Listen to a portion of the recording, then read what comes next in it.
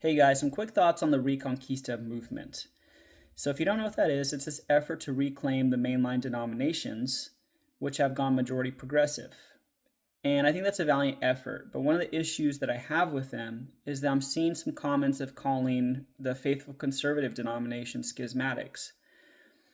And that is just another word for saying someone who is causing division in the body of Christ, which is a sin.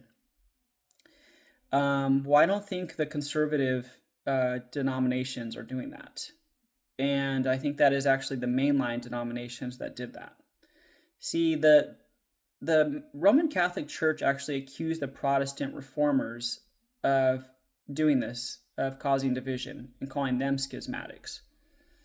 And one way of looking at this was, well, Luther didn't want to leave the Roman Catholic Church. He was excommunicated, and that's why we have the start of all these other Protestant denominations.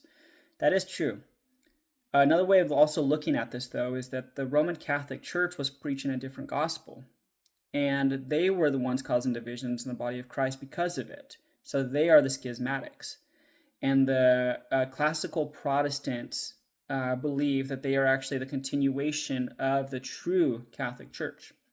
That's why you see things like Reformed Catholic. So we have to look at the mainline denominations the same way. They began to preach a different gospel. I'm not saying all of them do, but I'm saying the majority of them do. And so because of that, they are the schismatics. And the conservatives left, but they're continuing the true church. They're continuing the true practices of preaching the gospel and administering the sacraments. So you can't fault them for that. They're not in sin for that. Another way to look at this is if a wife commits adultery, is the husband in sin for divorcing her? No, of course not.